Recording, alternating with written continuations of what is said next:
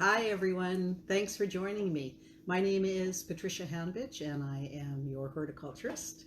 My oldest, dearest friends know me as Patty Plant, and today I wanted to talk to you about designing with some flowers. The last video I put up was about processing the flowers and making sure that you get your product in a good state to give you the longest vase life as possible.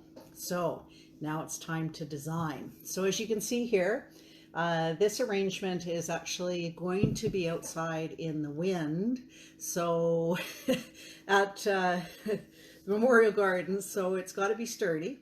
And like any arrangement, it should seamlessly go from where it was designed to where it needs to go, and it should be designed appropriately for the conditions and of course for the longest enjoyment of those flowers.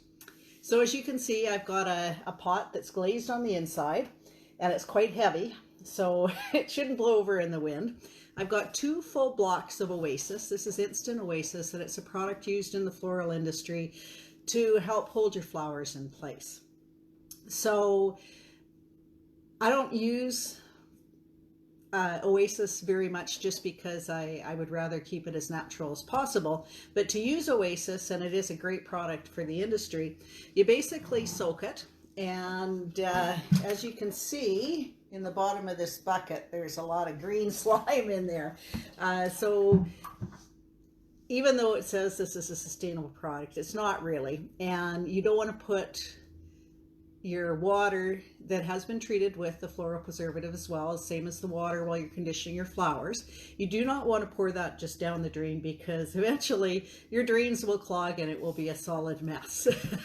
So always dispose of it appropriately down the drain through a fine screen so that you're not plugging up your plumbing wherever you are designing.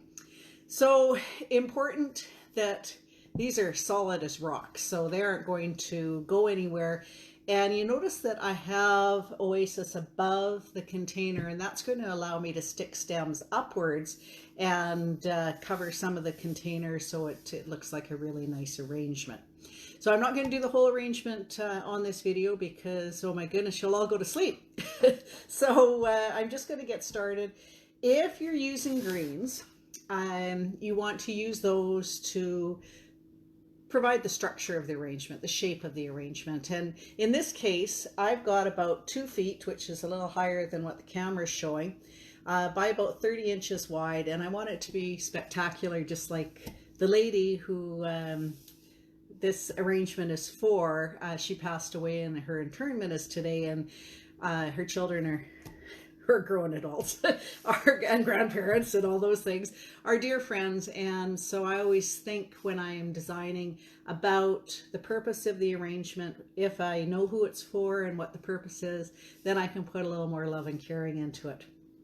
But at any rate, before you get started, you want to envision the shape, and you want to start with the structure of that shape right from the very beginning.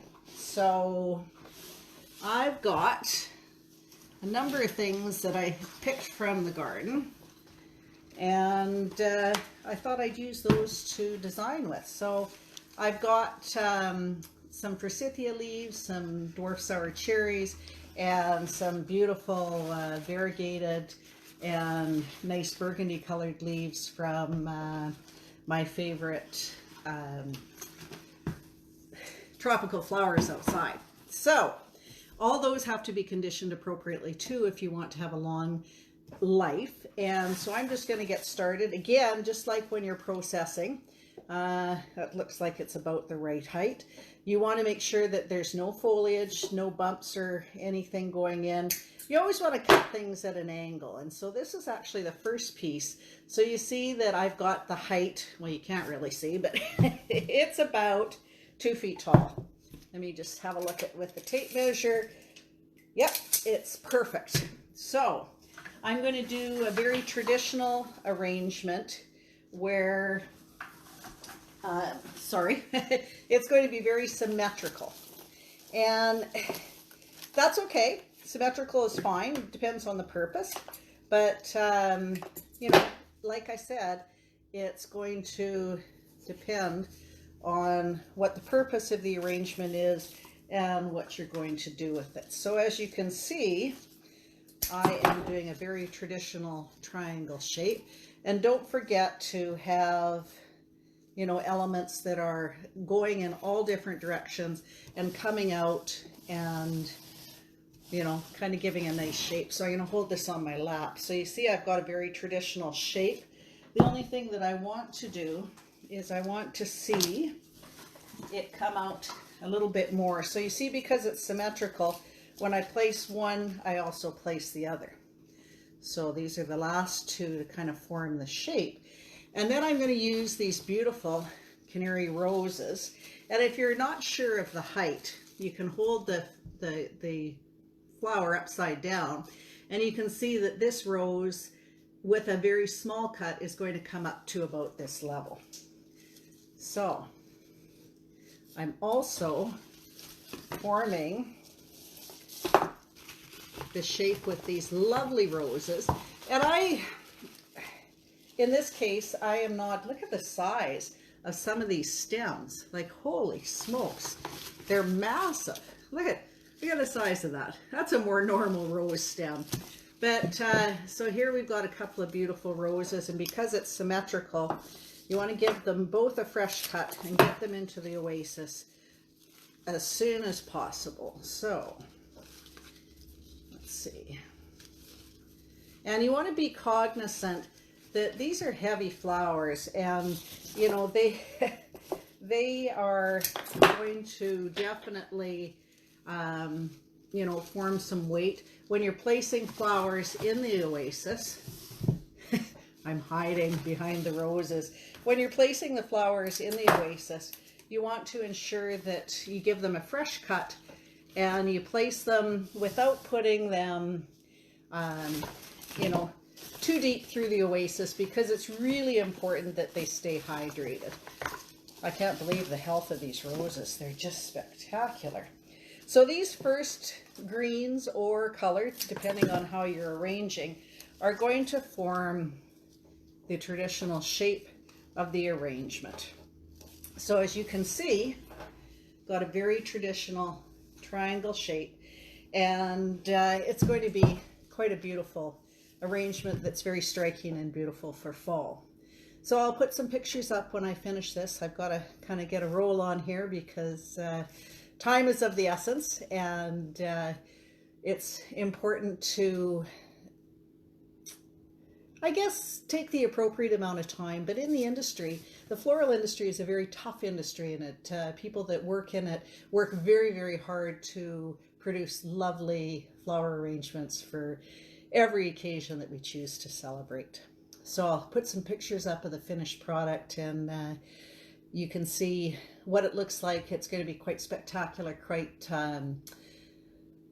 quite beautiful. And of course, these are some of my favorite colors. So thank you for joining me and learning the basics to keep your arrangement as healthy as possible. You want to ensure that it's not in a very hot environment, because if it's too hot, the plants will respirate more quickly, and a byproduct of that plant process is to give off water. So at any rate, your arrangement should last for a number of weeks if the product is fresh and hasn't been compromised during any of the shipping or processing process.